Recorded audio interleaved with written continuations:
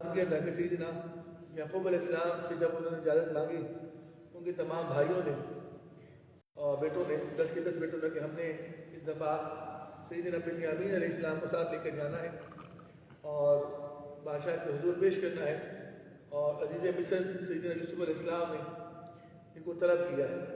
انہوں نے کہا جی آپ 10 بھائی آئے، 10 اونٹ دیے۔ سیدنا یوسف علیہ السلام نے جو ترتیب بنائی تھی وہ یہ کہ ایک بندے کو ایک اونٹ کے برابر جو ہے نا وہ غلہ دیا جاتا تھا، ایک اونٹ زائد غلہ کسی کو نہیں ملتا۔ بندے لے کر آؤ ان کی تعداد کے مطابق اپنی تعداد کے اونٹ لے جاؤ، کیونکہ بنی اسرائیل نے اپنا تمام کتاب مصر نے اپنے جانور بھی قربان کر دیے، اپنا چارہ بھی قربان کر دیا، اپنا سارا سامان قربان کر دیا، مال دول قربان کر دیا، ہر ایک چیز سیدنا یوسف علیہ السلام بکری بھی کھوا دی، کوئی چیز باقی نہیں بچی۔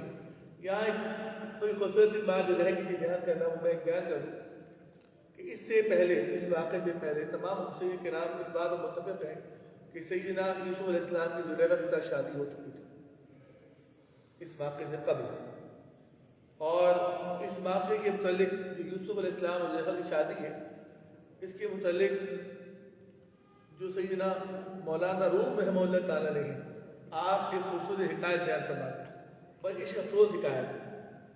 باقی تمام مفسرین کرام نے اس طرح گفتگو نہیں کی کہ بھائی شادی کیسے ہوئی اور کیا معاملات ہوئے اور کسی کے ساتھ اتنا بتایا کہ عزیز مصر کا انتقال ہو گیا، قطفیر جو کہ ان کا شوہر تھا اس کے مرنے کے بعد زلیخا جب بیوہ ہو گئی تو پھر سیدنا یوسف علیہ السلام شادی میں اتنا واقعہ بیان کرتے ہیں، جبکہ بلاؤ فرماتے ہیں حقیقتاً ایسا نہیں ہوا تھا کہ جب یہ واقعہ ہو گیا اور سیدنا یوسف علیہ السلام کو جیل بھیج دیا گیا اور جیل سے واپس آ کے آپ عزیز مصر بنے تو شرمندگی کے بعد زلیخا نے جو ہے وہ ساری بادشاہ چھوڑ دی اور چھوڑ چھاڑ کے وہ جنگلوں میں چلی گئی اور جنگلوں میں اکیلے اپنے آپ کو دینا شدید قسم کی اذیت ناک ماحول میں خود گزارنا شروع کر دیا، جنگل کے پتے کھانا شروع کر دیے، جنگل کے ماحول میں شروع کر دیا۔ اب وہ جب مصر میں تھی تو جوانی اپنے عروج پر تھی، لیکن جب جنگلی ماحول کے اندر گئی، کچھ حالات کے اندر گئی تو حسن، جوانی، تن تراہ، خوبصورتی، دید زیبی وہ ساری چلی گئی، کچھ بھی باقی نہ بچا، خالی رہی۔ ایک روز سیدنا یوسف علیہ السلام اپنے گھوڑے پر سوار ہوئے اور سیر کے لیے جنگل کی طرف روانہ ہوئے۔ اسے بادشاہوں کی عادت ہوتی ہے، اس زمان جنگل میں شکار کے لیا کرتے تھے، تفریح کے لیے جاتے تھے، 2-4 دنوں میں جنگل میں خیمے شیمے لگائے سے رہے اور پھر واپس آ گئے۔ تو یوسف علیہ السلام بھی اسے خیال سے روانہ ہوئے اور تفریح کے لیے آگے ایک بڑھیا آ گئی، بوڑھی نے آ کے سیدنا یوسف علیہ السلام نے گھوڑے کی لگام پکڑ لی۔ یہ واقعی بلا بازی کرنے بہت پیار سے بات تھی اردو کی بلا دی اور بڑا ہی اس میں آپ کا کیف اور سرور کے ساتھ شروع بیان کرتے ہیں۔ یوسف علیہ السلام نے اس بڑھیا کو دیکھ کر پوچھا کہ بڑھیا تو کون ہے اور گھوڑے کی لگام تم نے کیوں پکڑی ہے؟ اس بڑھیا نے کہا یوسف تو نے مجھے پہچانا نہیں پہچانا مجھے تم نے؟ کہا نہیں میں نہیں پہچانا تو کون ہے؟ یوسف نے کہا، زلیخا نے کہا یوسف میں زلیخا ہوں۔ یہاں ایک پنجابی شاعر ہے بڑے خوبصورت، یوسف پوچھے 10 زلیخا کتنے گئی ہیں وہ شان۔ یوسف زلیخا پڑھی ہے خوبصورت نصرت علی خان نے، اور یہ کبھی خوبصورت مل کر سننا اس کو۔ یوسف و زلیخا کے بعد جو مکالمہ ہوا تھا اس مکالمے کو بڑا شاعر ہے، نام تو نہیں معلوم لیکن میں تھوڑا کلام سنا وہی، حضور یہ شعر بڑا ذوق سے پڑھتے تھے۔ یوسف پوچھے 10 زلیخا کتنے گئی ہیں وہ شان، کہے زلیخا اس تیرے بچ مکنی ہے جن جانا۔ کہ یہ زلیخا نے جواب دیا کہ یا یوسف تیرے عشق میں ہر چیز ختم ہو گئی، وہ شان اطراف وہ ختم ہو گئی۔ تو حضرت یوسف علیہ السلام نے کہا کہ بھائی میں نہیں مانتا کہ تو میرے عشق میں دیوانہ ہوئی ہے، پاگل ہوئی ہے اور تو یہ بڑھیا بن گئی ہے، حسن اور جوانی تھی سب جا چکی ہے اور تیرا یہ حال ہے، میں نہیں مانتا۔ تو زلیخا نے کہا اچھا ایسا کرو یوسف اپنے چابک آگے کر، یہ چابک تو اپنے ہاتھ میں رکھا ہوا ہے نا، اسے آگے کر تو میں تجھے بتاتی ہوں۔ سیدنا یوسف علیہ السلام نے چابک اپنا آگے کیا، جب چابک آگے کیا تو زلیخا نے آہ بھری، آہ بھرنے کی دیر تھی تو سارا کا سارا چابک جل گیا، جل کے خاک ستر ہو گیا۔ وہ جو اس کی آہ تھی جو انتہائی شدید گریا اور ظاہری کا عالم ہے اس کے قلب میں انتہا سے نکلی تھی زلیخا کے، وہ آہ سے یوسف جد کے اثر کر گئی، دل پر اثر کر گئی، دل پر اثر کر گئی۔ فوراً زلیخا کو اس نے کہا یوسف اب بتا. زلیخا نے پوچھا یوسف سے کہ بتا اب کیا چاہتی ہے؟ میں نے ماری کچھ میں جو ہے نا فروختہ ہے، اب کیا چاہتی ہے؟ شادی کا جواب تو شادی کا تو کیسے؟ شادی کی خواہش تھی نا، ہم نکاح کرتے شادی کر لیتے. تو نے کہا یہ تو شادی ایسے نہیں کرنی، شادی تب ہوگی کہ میں پھر جوان ہوں، وہی حسن ہو، وہی جمال ہو، وہی خوبصورتی ہو، میں اسی تم تراک میں ہوں، اور پھر میرا نکاح ہو تو پھر تو میں مانتی ہوں. آپ پہ نفس دعا کر.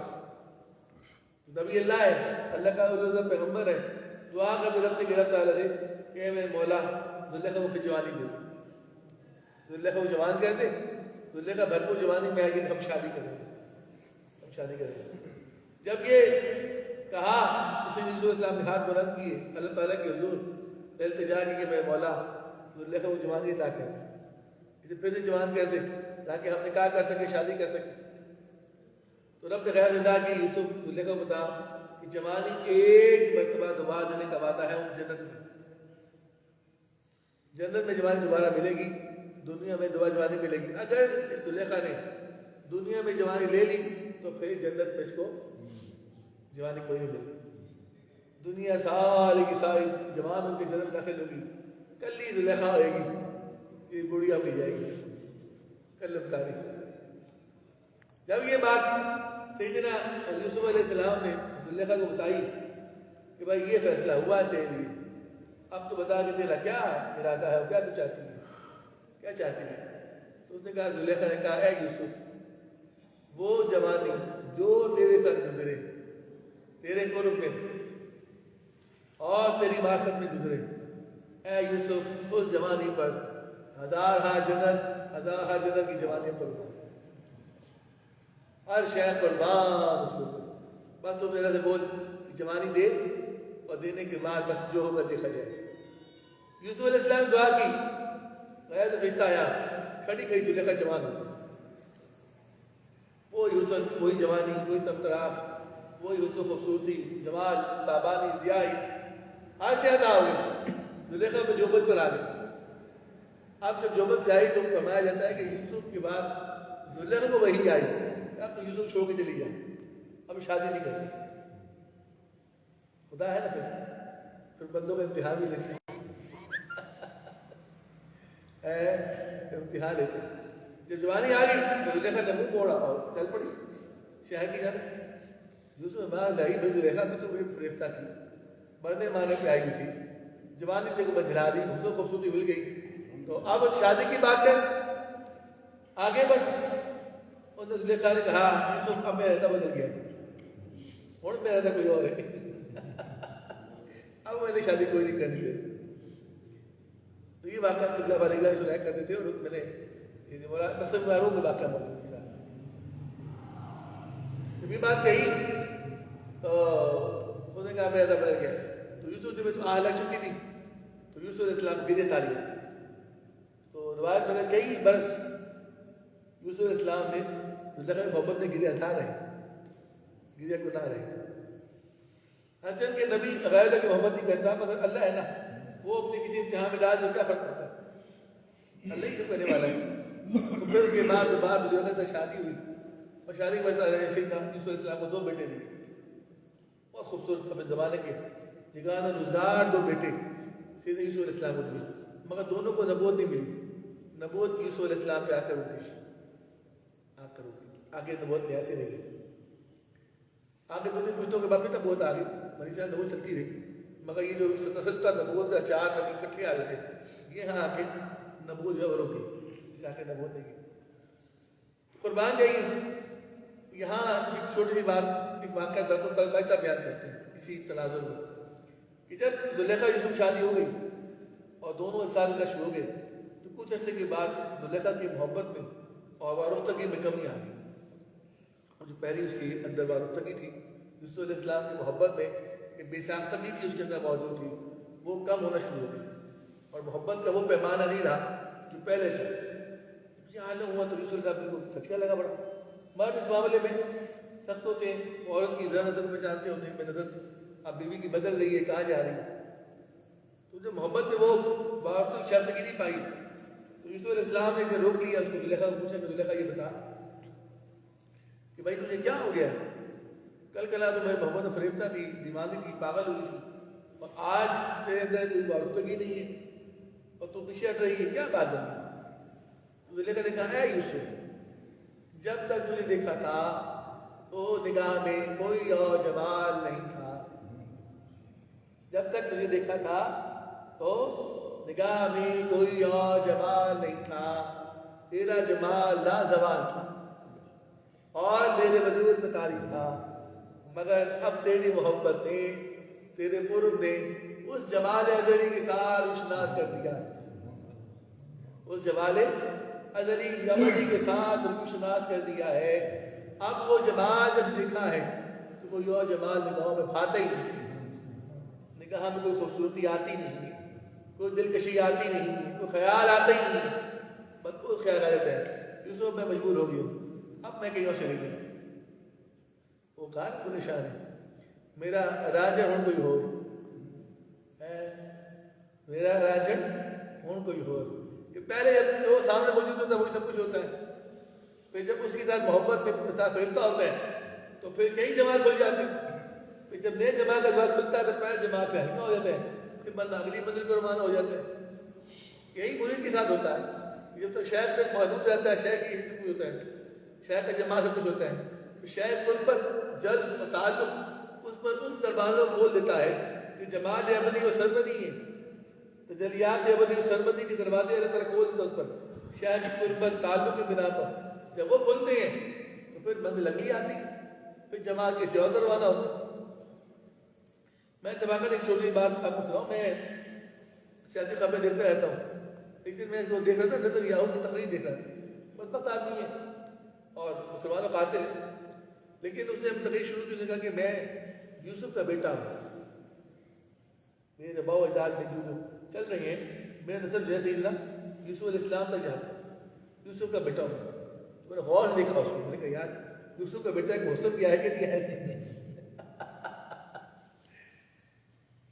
ظاہر ہے یہ زینسٹ سارے یہ لوگ مسلمانوں کے قاتل ہیں، بدبخت لوگ ہیں، اب وہ بات ہو نہیں رہی۔ اللہ نے فیصلہ فرما جو قابل میں کہ یا نوح انہ لیس من اہلک انہ عمل غیر صالح، اے نوح یہ تیری اولاد نہیں ہے، ان کے اعمال صالح نہیں ہیں۔ یاد رکھیے نسب اور حسب کی سیادت تب کام آتی ہے جب انسان صحیح العقیدہ ہو، صحیح العمل ہو۔ اگر صحیح العقیدہ نہیں ہے اور صحیح العمل نہیں ہے تو وہ کتنا عالی نسب کیوں نہ ہو، وہ نسب سے کام نہیں ہے، نسب تب ہی کام آئے گا۔ ہمارے ایک فنومنا ہے کہ فلاں کا بیٹا ہے بس کافی ہے، آگے نہیں دیکھنا کہ وہ اس کا اہل بھی ہے کہ نہیں ہے، اس کے ساتھ جو اس کا مہربانی کی وہ مہربانی اس کو حاصل بھی کہ نہیں ہے، اس کے اعمال اس کے مطابق ہے بھی کہ نہیں، ہم یہ دیکھنے کو لائق سمجھتے نہیں، ہم چھوڑ دیتے ہیں، تو نقصان اٹھاتے ہیں۔ یہاں آل فرماتے ولما دخلوا من حیث امرهم ابوهم، وہ داخل ہوئے مصر میں جیسے ان کے والد صاحب نے حکم دیا تھا۔ ما قال يغنيهم من الله شيء الا حاجة في نفس يعقوب، اور انہیں اللہ سے کچھ نہیں بچا سکتا تھا مگر یہ یعقوب کے دل کی خواہش اس نے پورا کیا۔ وَإِنَّهُ لَذُو عِلْمٍ، کیونکہ وہ علم رکھتے تھے، لما علمناه، جو علم ہم نے عطا کیا تھا، وہ صاحب علم تھے، وہ جانتے تھے، انہیں معلوم تھا، اور یہ علم وہ علم تھا جو ہماری جناب سے ان کو عطا ہوا تھا، ہم نے ان کو عطا کیا تھا۔ وَلَٰكِنَّ أَكْثَرَ النَّاسِ لَا يَعْلَمُونَ، اکثر لوگ یہ بات نہیں جانتے، اپنا مغلی کی بات کرتے ہیں۔ یعقوب علیہ السلام کی بات سنیے کہ لوگوں، نبی کو علم اللہ کی ذات سے عطا ہوتا ہے، اللہ کی ذات کے دل میں علوم و فنون ڈالتی ہے۔ نبی کسی سے پڑھتا نہیں ہے، کسی مدرسے کا شاگرد نہیں ہوتا، کسی مدرسے میں جاتا نہیں ہے، کسی استاد کے سامنے زانو تلفظ ہے نہیں کرتا۔ نبی جائے گا تو بھی نبی کے پاس جائے گا۔ موسیٰ علیہ السلام شعیب علیہ السلام کے پاس گئے، یعقوب علیہ السلام بھی گئے، مگر غیر نبی کے پاس نبی نہیں جائے۔ یہ بات یاد رکھیں، یعقوب علیہ السلام چھپنے کے لیے گئے تھے اور سیدنا موسیٰ علیہ السلام چھپنے کے لیے گئے تھے، لیکن 12 سال وہ شعیب علیہ السلام کے ساتھ رہے۔ تو یہ بات خاص رکھی، یاد رکھیے گا۔ تو وہ علم ان کو جو عطا ہوتا ہے وہ جناب الہی سے عطا ہوتا ہے، اللہ کی بارگاہ سے عطا ہوتا ہے، اللہ کی بارگاہ انہیں عطا فرماتی ہے۔ اور جو لوگ نبی کے علم پہ سوال کرتے ہیں ان کو یہ حاصل چاہیے کہ بھائی یعقوب علیہ السلام کو اللہ فرما رہے ہیں کہ یاد رکھو قضاء بدل کچھ چلا نہیں سکتی. اللہ جو فیصلہ فرما لیتا ہے وہ پورا ہونا ہوتا ہے. اس فیصلے میں نہ کمی ہے نہ بیشی ہے. جو فیصلہ ہم نے فرما دیا ہے پتھر کی لکیر ہے, ہر حال میں جو پذیر ہوتا ہے وہ چیز بدل اس کو نہیں سکتی. مگر یہاں یہ بات جان لو کہ نبی کے پاس علم ہو تو جانتا ہوتا ہے آگے کیا ہوگا, مستقبل میں کیا ہوگا. تو یہ دو بھائی کا کیا تباہ داخل ہوئے, دو بھائی. تو سیدنا بنیامین جو تھے وہ اکیلے رہ گئے. وہ 10 بھائی تھے, دو کی جوڑی بن کے رہ گئے اور وہ داخل ہو گئے, لیکن یہ اکیلے داخل ہوئے. وَلَمَّا دَخَلُوا عَلَىٰ يُوسُفَ آوَىٰ إِلَيْهِ أَخَاهُ قَالَ إِنِّي أَنَا أَخُوكَ فَلَا تَبْتَئِسْ بِمَا كَانُوا يَعْمَلُونَ. اور جب یوسف صاحب حاضر ہوئے تو یوسف نے بھائی بنیامین کو اپنے پاس جگہ دی اور اسے آہستہ سے کہا, بے شک میں تیرا بھائی ہوں, بس تو غمزدہ نہ ہو ان کاموں جو یہ کر رہی ہیں تو غمزدہ نہ ہو. اب ہاں یوسف علیہ السلام نے کیا کیا کہ دو بھائی داخل ہوئے, کوئی اکیلے بنیامین داخل ہوئے. دھچکا لگا کہ آج میرا بھائی یوسف زندہ ہوتا تو وہ میرے ساتھ جاتا, ہم دونوں بھائی داخل ہوتے, اکیلا نہ ہوتا, ہم دونوں بھائی جوڑی ہوتی. یہ سب جوڑی بن گئے, اکٹھے ہو گئے اور مجھے طرح کر دیا. پھر جب کھانے کا وقت آیا تو پھر یہ کیا یوسف علیہ السلام نے کہ دو کو کھانا دیا, دو ملے کھانا کھاؤ. پھر بنیامین اکیلے ہو گئے, انہوں نے جوڑی بنا لی, سب اکٹھے ہو گئے اور بنیامین اکیلا کر دیا. پھر دھچکا لگا ان کا زوردار, تو انہوں نے کہا پھر انہوں نے اکیلا کر دیا ظالموں نے, اور اکٹھے ہو گئے سارے کے سارے. پھر اس کے بعد کمرہ دیا, ہر کمرے میں 2 دفعہ ہی رہیں گے. پھر بنیامین اکیلا کر دیا. پھر کہا کہ تو اکیلے پورے بھائی, تو وہاں بھائی کٹے رہیں گے, بھائی رہیں گے, 2 بھائی کمرے میں رہیں گے. وہ سب بھائی اکٹھے ہو گئے اور بنیامین اکیلے کر دیا, اکیلے آ گئے. تب یوسف صاحب کے پاس آئے تو دیکھا وہ رو رہے تھے, پریشان تھے, غمزدہ تھے, ان کا دل بڑا آزردہ تھا حضرت بنیامین کا. تو آپ ماں تو کیوں روتا ہے, کس لیے ہوتا ہے؟ انہوں نے کہا میں سے رو رہا ہوں کہ میرا بھی بھائی تھا, میرا ماں جایا تھا, ان سب کو جنگلوں میں لے کے بھیڑیا کھا گیا. وہ اگر زندہ ہوتا تو آج میرے ساتھ ہوتا, آج میں جو اکیلا تنہا نہ ہوتا. انہوں نے مجھے تنہا کر دیا, ہر معاملے مجھے اکیلا کر دیتے, وہ اکٹھے ہو جاتے ہیں مجھے تنہا کر دیتے ہیں. آج میرا بھائی تو میں ضرورت ہے. تو یوسف نے کبھی کہا کہ تیرا بھائی میں یوسف, میں تیرا بھائی. پہلے وہ حیران ہوا, پھر اس نے گلے لگا, پھر محبت کی, پھر آپ نے علامات دکھائی, وہ کرتا دکھایا جو سیدنا یعقوب علیہ السلام نے بتا کیا تھا. میں نے بتایا کرتا وہ کرتا ہے جو جنت سے آیا تھا, جنتی ریشم میں کرتا تھا, جو سیدنا ابراہیم علیہ السلام کو حضرت جبرائیل امین نے پہنایا تھا. ابراہیم علیہ السلام نے وہ کرتا حضرت اسحاق علیہ السلام کو دیا, اسحاق علیہ السلام سے وہ کرتا سیدنا یعقوب علیہ السلام, اور یعقوب علیہ السلام سے سیدنا یوسف علیہ السلام نے گھر کرتا دکھایا, علامات دکھائی. تو حیران ہوئے, گلے میں روتے رہے کبھی تک. تو نے کہا تو پریشان نہ ہو, میں ایک حجت کروں گا اور عزت کرنے کے بعد مجھے اپنے پا رکھ لوں گا, میں تجھے کے ساتھ جانے نہیں دوں گا. ہم دونوں بھائی ساتھ دیں گے, ایک دوسرے خیال کریں گے. تو ان کو پریشان تھا. اس بنیامین کی شادی ہو چکی تھی, اس کے بچے تھے, اور سیدنا یوسف علیہ السلام شادی ہو چکی, اس کے بھی 2 بیٹے تھے. دونوں کے ہوتے فلما جهزهم بجهازهم جعل السقاية في رحل أخيه ثم أذن مؤذن أيتها العير إنكم لصادقون. پھر آپ نے وہ جو برتن ہے تولنے والا, اس میں وہ جو ہے نا اس کو گندم کو تولتے صحیح پہلا, وہ حضرت بنیامین کی جو ہے نا وہ پجامے میں رکھ دیا. رحل میں جو سامان تھا, جو بوری تھی گندم کی بوری میں, وہ گندم کا برتن ہے, وہ برتن بڑا قیمتی تھا. یا سیدنا یوسف علیہ السلام نے ایک بڑا منقش قسم کا سونے کا برتن بنوایا تھا جس میں ہیرے جواہرات لگائے تھے, اور اس میں گندم تولی جاتی تھی. وہ 2 یا 2.5 کلو کا برتن تھا, 2-2.5 کلو کا, جس میں 2.5 کلو گندم ایک سا میں آئے تھے, وہ بنایا تھا سیدنا یوسف علیہ السلام. اس زمانے میں گندم جو ہے نا وہ برتن تولی جاتی تھی, باہر تو تھے نہیں. ادھر یہ جو ہوتے ہیں آلات ہمارے پاس ہیں, اس زمانے میں باہر نہیں. پر گندم اس بننے کا یہ 2 کلو کا برتن ہے, خاص وزن کا برتن بنا کے رکھ لیا انہوں نے تعداد پر. وہ سیدنا یوسف علیہ السلام نے سیدنا بنیامین کے سامان رکھ دیا. اور پھر جب وہ لوگ وہاں سے قافلہ روانہ ہو گیا, تو قافلے کی روانگی کے بعد انہوں نے آواز لگائی کہ بھائی وہ جو برتن ہے گندم تولنے والا غائب ہو گیا, وہ برتن موجود نہیں. برتن کہاں گیا؟ انہوں نے آخری بندہ جو گیا وہ یہ 6-10 بھائی, تو 11 بھائی آخری بندے یہ گئے, ان کے سامان تلاش کر. یہ قبیلے میں آ گئے, اور قبیلے میں آ کے انہوں نے آپ کو تلاش کیا. جو قافلہ تھا اس قافلے میں برتن جو ہے وہ بنیامین کے نکل آئے. یہاں پہ شریعت یعقوبی علیہ السلام یہ تھا کہ جو وہ چوری کرتا تھا وہ جس کی چوری ہوتی تھی اس کو غلام بنا دی جاتی تھی، جس کی چوری کی جاتی تھی اس کا غلام بنا دی جاتی تھی۔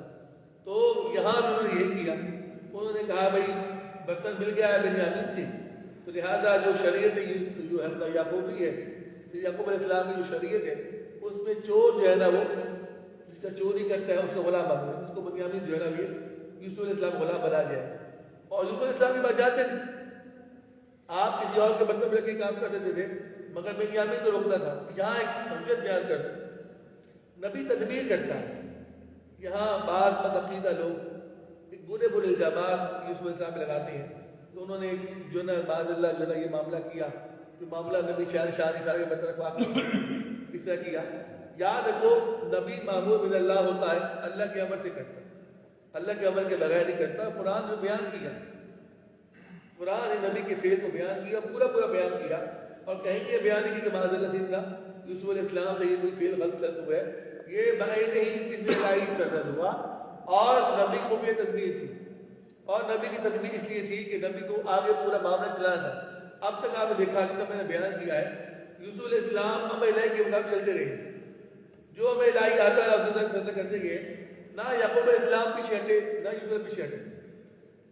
پہلے دن سے یعقوب علیہ السلام حکم دے دیا کہ یوسف کو روانہ کر دے، یوسف نے اپنی زندگی کو گزار دیا، یعقوب علیہ السلام نے تیار کیا، چپ چاپ اٹھا کے روانہ کر دیا۔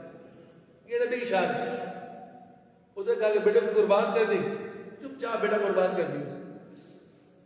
ابراہیم علیہ السلام چھری پھیر دی، دونوں نے بڑھ کر جب تاجدار کائنات کی باری آئی نبی پاک صلی اللہ علیہ وسلم کی، حسین کی کو جو نا گردن بوسہ دیا، تو جبریل امین آ گئے، یا رسول اللہ جس گردن بوسہ دے رہے ہیں یا آپ کی امت چھری پھیریں گے، چپ چاپ حلق کر دیا۔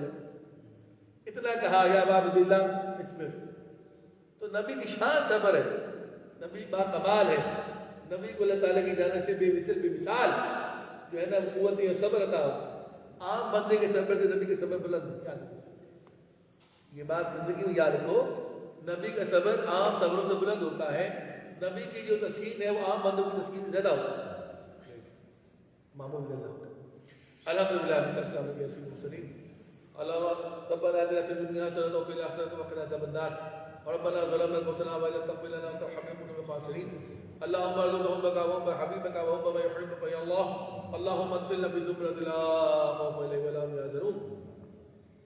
یا اللہ اس مسجد کو آباد فرما، آباد کرنے والوں کو آباد فرما، یا اللہ اس مسجد کو آباد فرما، آباد کرنے والوں کو آباد فرما، یا اللہ اس مسجد کو آباد فرما، آباد کرنے والوں کو آباد فرما۔ صلی اللہ تعالی علیہ وسلم سیدنا مولانا محمد وعلى آله وصحبه اجمعین۔